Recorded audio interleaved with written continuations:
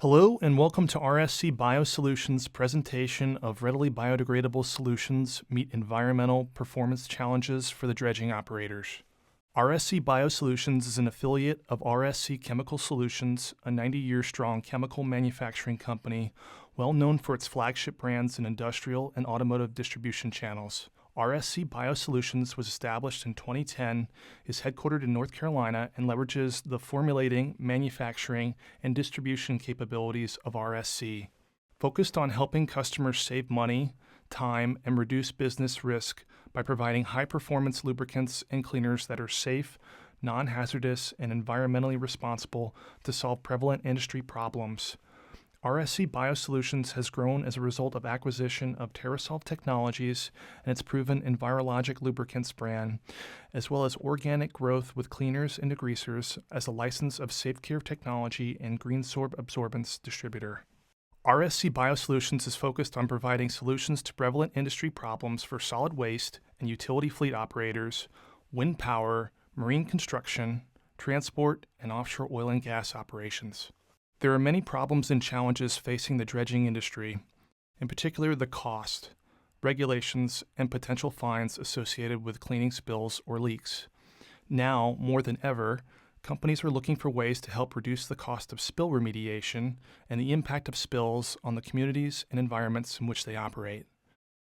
U.S. EPA's 2013 VGP changes were also made to address this issue. The U.S. EPA Vessel General Permit in 2013 came out in December, and it's applicable to all commercial vessels that are over 79 feet. It involves new builds and existing builds at next dry dock.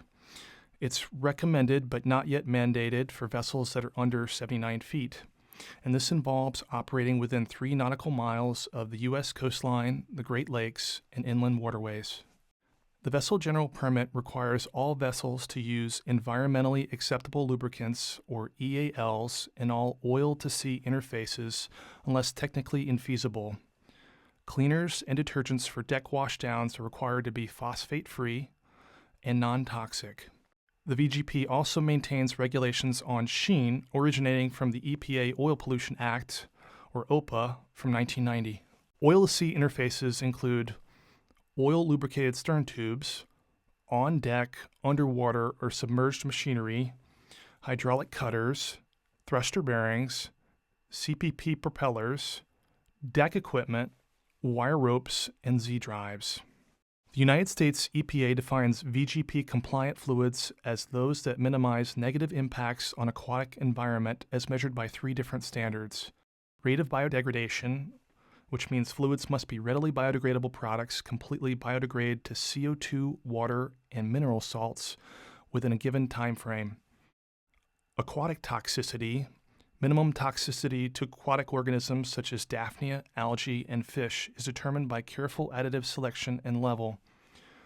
Bioaccumulation, or buildup of chemicals within the tissues of organisms, must be very low. According to the EPA, VGP compliance can be demonstrated through independent laboratory testing of these 3 key characteristics of fluid, or through one of the 5 EU labeling programs that are accepted, including Blue Angel, Nordic, Ecolabel, Swedish Standards Institute, OSPAR, and EU Ecolabel.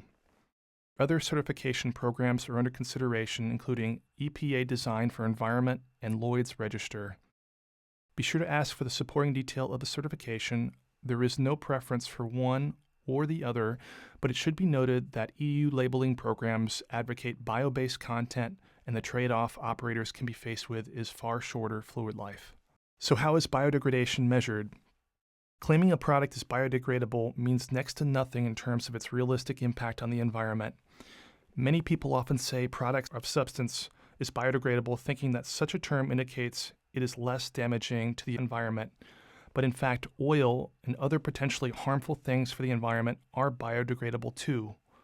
Just after a long period of time, biodegradation occurs when a given substance or fluid's chemicals bonds, weaken, and break apart. In some cases, potentially toxic residues such as heavy metals may persist in the environment after the biodegradation of petroleum-derived fluids. There are technical terms like inherently biodegradable and readily biodegradable to describe the rate at which a substance or a fluid degrades and is recognized as a food source by the natural environment. That rate of biodegradation is driven by a number of factors, including the makeup of those original chemical bonds, the temperatures that the substance is being exposed to, the availability of natural enzymes to consume the remains as food, and the presence of water and oxygen. All of these factors need to be present in order for the biodegradation to occur. Readily biodegradable products are classified as 60% biodegradation over 28 days or more.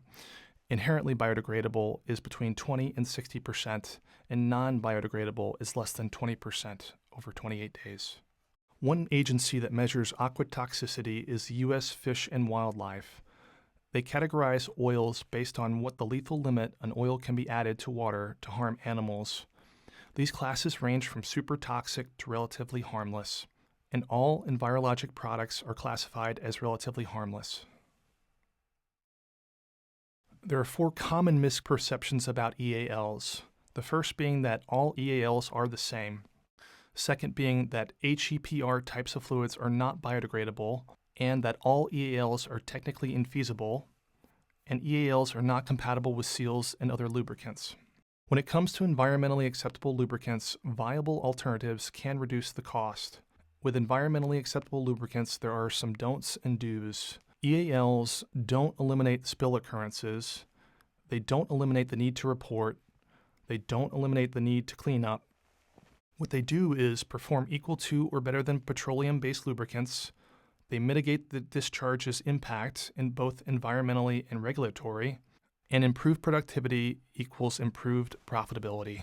So there are 4 classifications of EALs recognized by the VGP and ISO 6743. The first being an HETG, hydraulic environmentally triglycerides, an HEPG, which is hydraulic environmental polyalkylene glycols, an HEES, which is a hydraulic environmental synthetic ester, an HEPR, which is a hydraulic environmental PAO or polyalpha-olefin and related products. Particular applications factors affect EAL selections too. An HETG, or conventional vegetable-based fluid, is the most natural or bio-based of all chemistries. With good frictional characteristics and viscosity, a vegetable oil will perform very similar to the life of regular petroleum, but they don't last as long as synthetics. High temperatures will accelerate oxidation, so it's best to understand your operating temperature range. Also, a vegetable oil has hydrolytic stability issues when 1% or greater water is added, causing the chemistry to form acids. Polyalkylene glycol synthetics, or PAGs, are a water-based environmental oil. They work great in high-temperature applications and are water miscible. The challenges with PAGs are that they are not compatible with conventional seals or filters, and not compatible with petroleum, vegetable, or ester-based oils. PAGs are heavier than water and will drop below the surface, so they aren't noticeable. However, PAGs are the most toxic of all chemistries. A hydraulic system has to be devoted specifically to a PAG, making the option very costly initially. Synthetic esters, or HEES, are the most expensive of readily biodegradable chemistries on the market. To make a synthetic ester, you start with a vegetable-based oil. Alcohol and acids are added to design a higher performance. Synthetic esters work well in a dry contained system, however are prone to hydrolysis in the presence of water. When water gets added to the equation, the chemistry unzips back into a vegetable oil with alcohol and acid. A bio-polyolefin synthetic, which is classified as an HEPR, PAO, or related, is durable, has low cost based on fluid life, separates from water or demulsifies, has great seal compatibility, and a wide temperature operating range. In conclusion, there are many factors to consider when choosing to use readily biodegradable lubricants. Although it may be initially more expensive, a biodegradable lubricant can save money over the entire life of the fluid, along with decreased spill costs, changeouts, and government fines. They've also been proven in the field to perform equivalent to petroleum-based fluids. For any questions or more information, feel free to contact me. My name is Matt Houston. My email address is mhouston@rscbio.com. Our telephone number is 1-800-661-3558, and our website is rscbio.com. Thank you for listening.